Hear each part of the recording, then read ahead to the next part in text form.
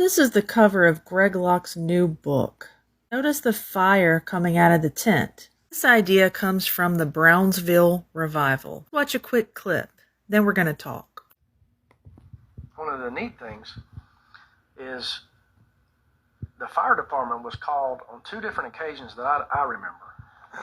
And they showed up and said that the passerbys, that there's a road out in front of the church, and so the traffic would be going back and forth.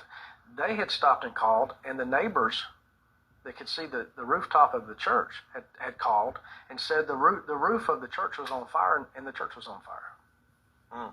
And the fire department shows up, and of course there's no fire. I mean, there is a fire, but not that fire. But it's not a physical fire.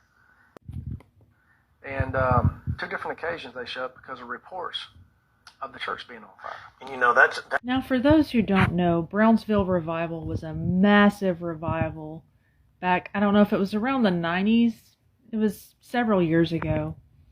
And apparently there were it was a 5-year-long revival where millions of people went, and there were all these strange manifestations. People reported gold dust and feathers, and I'll show you another short clip. Anyway, there were lots of strange manifestations that went on at this revival. People that looked like they were convulsing, shaking, just people laying on the ground.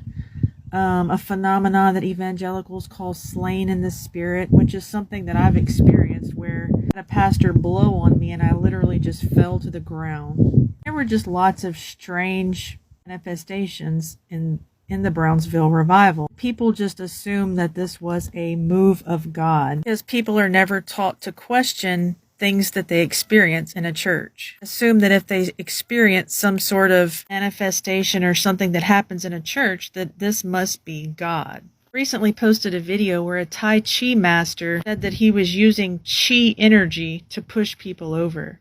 And I've watched videos where people in, I don't know where that cut off. Also watched a video where people in the Hindu religion try to cause a Kundalini awakening, where they try to awaken a Kundalini spirit, and they have the same type of manifestations where they start shaking and falling backward. People aren't taught to question things in churches. The point of this video, though, Greg Locke is teaching a lot of dangerous theology, basically preaching Christian nationalism and hatred from his pulpit, and people don't question it. See his loud preaching, and they assume that just because he's loud and says that he's biblical, he's preaching truth. Don't fall for it. Don't fall for it. I have to make more videos on this because I'm out of time. Greg Locke recently encouraged his congregation to take up arms. This is not kind. It's not loving.